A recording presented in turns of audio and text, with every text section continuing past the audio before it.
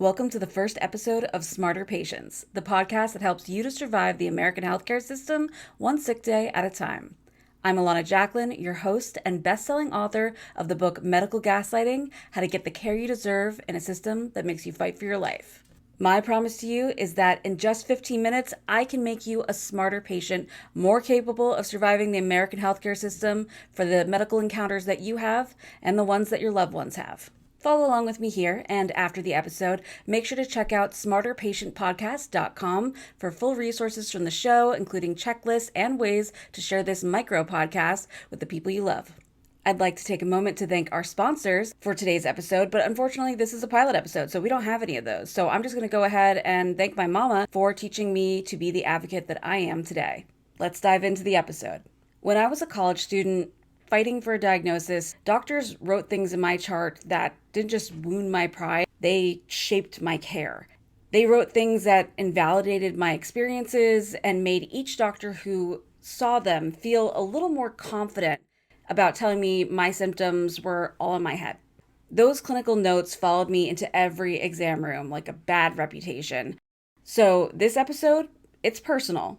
But it's also about all of us, at least all of us who have visited the doctor in the last few years who just so happen to be using the number one application for medical records, MyChart. And today, we're going way beyond what's in your visit summary. We're exploring the hidden notes of MyChart. When's the last time you checked your MyChart? Maybe to see a lab result or to message your doctor? If you're like me, you check it religiously. And if you're like my husband, you've reset the password so many times, you've given up. Here's the thing. Over 350 million patient records live inside of Epic's MyChart system. Every one of them tells a story about someone like us. But what most patients don't know is that some of these stories come with footnotes in your chart that you will never get to read. You think what you can see in MyChart is your full record? It's not. It might seem like it. After all, it tracks your allergies, your medication lists, all your test results. For every appointment, you can read the visit summary and the clinical notes. It feels complete. But here's the kicker. Buried somewhere behind your dashboard, there are hidden notes. Notes you can't see. Notes that whisper things about you that may never be spoken to your face. Notes like, patient appears anxious. Patient's symptoms are exaggerated. Suspected drug-seeking behavior. These words can rot your reputation in medicine faster than any infection because the next doctor who reads them, they walk into the room already convinced that you're not a credible source of your own health information. And that bias can mean the difference between a life-saving test and a pat on the head. It sounds dramatic, but it's not. It's real and it's legal. Let's be clear. The topic of today's exploration into medical records isn't about ego. It is about access.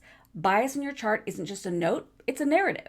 One that rewrites your entire medical history without your consent. A single line like, patient is difficult, can derail a diagnosis for years. A hidden psychiatric red flag can make ERs triage you slower. A false note about non-compliance can get you kicked out of a doctor's practice. When I was younger, I never thought twice about how I reported my symptoms or filtered my responses when it came to describing what was happening to my body and what was happening in my life. Everyone was meant to help me, right? Like, as long as I was polite and forthcoming, why did it matter what was written in my notes about me? I was telling the truth. I wasn't causing scenes and I was engaged in my own care, but I should have checked my file a lot sooner. The medical system is built to filter, and your chart is often the loudest voice in the room, and it is not yours. Every clinical note, hidden or not, helps to sort and organize you into different types of patients, right? Those who deserve help, those who don't, and those who are just probably hysterical women. And it's not as simple as making an edit to your medical record. Did you know that while you are well within your legal rights to read the entirety of your medical record, it doesn't legally belong to you? Your medical record, or at least each entry into it, is legally owned by the physicians who write it, which means that even if you're able to catch a misdiagnosis, a slight against your competence, a suggestion that poisons the well, it's very hard to get it redacted. And that's why it's so important that you know what you're up against. Remember, when a healthcare provider dismisses or ignores your symptoms, failing to test or treat you while blaming your symptoms on stress or a vague mental illness without doing the proper test to confirm it, That is called medical gaslighting. And this is what medical gaslighting looks like on paper. It is tidy, it is coded, it is polite. And it can follow you from doctor to doctor like a scarlet letter. Here's the good news.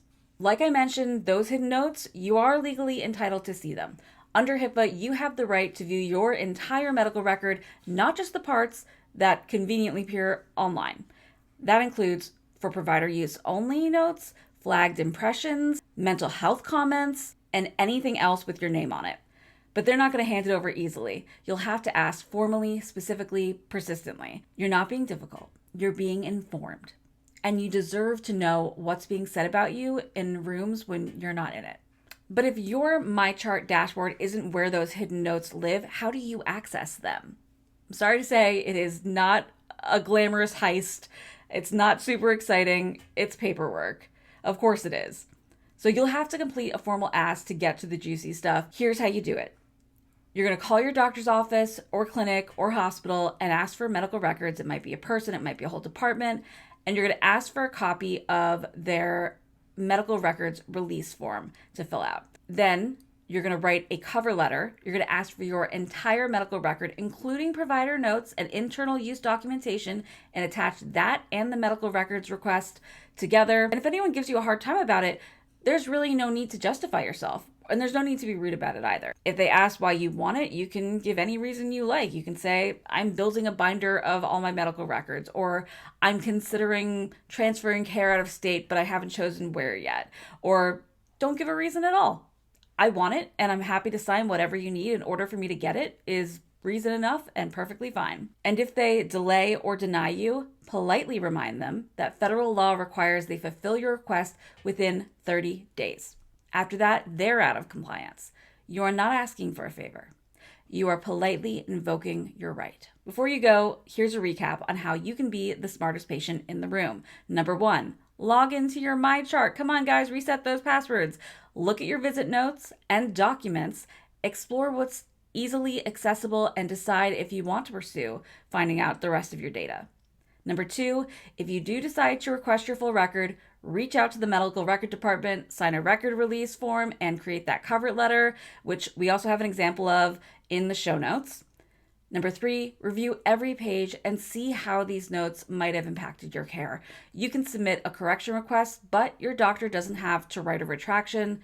At least now you know what's being said about you behind your back, and you can address it in the exam room. Remember, you can't advocate for yourself if you don't know what's being written about you.